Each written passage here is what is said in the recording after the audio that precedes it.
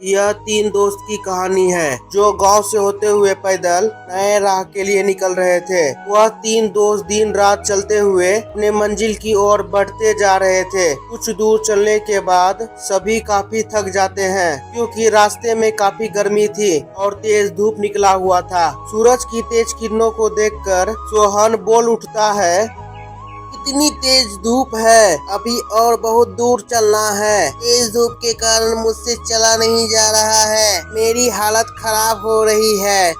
सोहन के बात सुनकर के दोस्त सुमित कहता है, हाँ तुमने ठीक कहा है, मैं एक कदम भी नहीं चल पाऊंगा, जल्दी कहीं ठहरने का इंतजाम करो।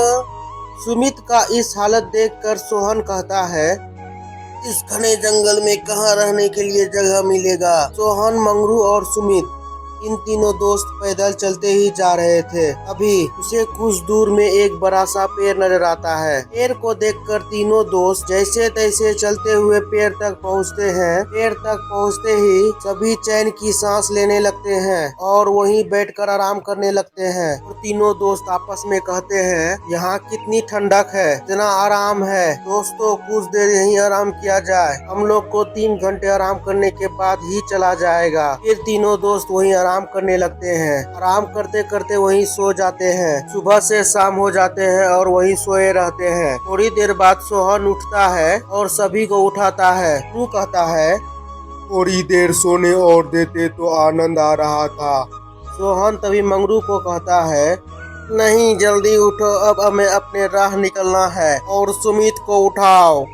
सोहन का बात सुनकर वह उठ जाता है।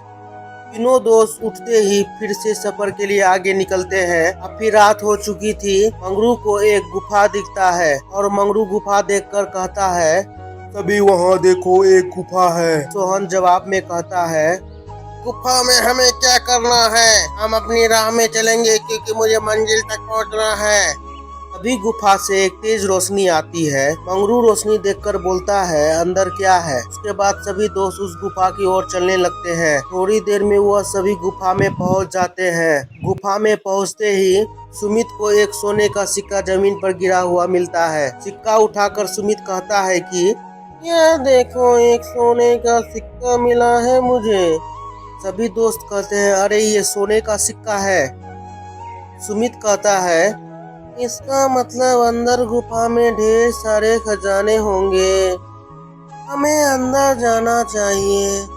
सुमित का बात सुनकर सोहन समझाता है कि नहीं यार, ये हमारा खजाना नहीं है, इसमें कुछ खतरा हो सकता है, हमें अपनी मंजिल की ओर जाना चाहिए।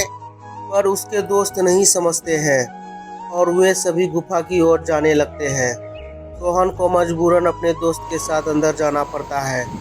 गुफा के अंदर 3 बड़े दरवाजे थे। तीनों दरवाजे काफी चमक रहे थे। दरवाजे को देखकर मंगरू कहता है, देखो इन दरवाजे के अंदर काफी खजाना छुपा हुआ है, मगर वहाँ दरवाजे में कुछ लिखा हुआ है।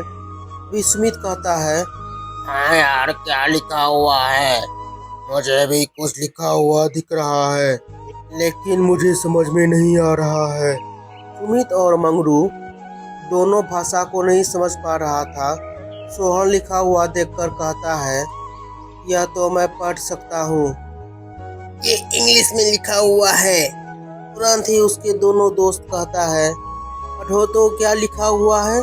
सोहन पढ़कर बोलता है, तीनों दरवाजे जादुई दरवाजे हैं और ये तीनों दरवाजे एक दूसरे का नकल है। सोहन का बात सुनकर सुमित कहता है, तुम हमें डरा रहे हो। तभी अचानक प्रहलाद जादुई दरवाजे से आवाज आता है, मेरे पास आओ, मेरे पास ढेर सारे खजाने हैं। फिर दूसरा दरवाजा से आवाज आता है, मेरे पास आओ, मेरे पास बहुत सारे खजाने हैं। तीनों दोस्त डर जाते हैं। डर से सोहन को कहता है, यहाँ से चुपचाप चलो, यहाँ खतरा नजर आ रहा है। फिर सुमित बोलता है, तुम बहुत डरपोक है, शांत रहा करो। फिर तीनों दरवाजे से आवाज आती है, जल्दी से मेरे पास आ जाओ, मेरे पास खजाने का समुंदर है। सोहन फिर से कहता है, यहाँ खतरा है, अगर गलत दरवाजे में गए तो नरक में चले जाओगे। इतनी चेतावनी के बाद भी उसके दोस्त सोहन का बात नहीं सुनकर दरवाजे के अंदर चले जाते हैं और सोहन गुफा के बाहर चले जाता है और दोनों दोस्त अंदर ही रहते हैं। सोहन सबका बाहर इंतजार करता है। थोड़ी देर गुफा से बहुत तेज रोशनी आती है, फिर तुरंत बंद हो जाता है। सोहन अपने आप से कहता है, ये रोशनी कैसी थी? मुझे अंदर जाकर देखना चाहिए।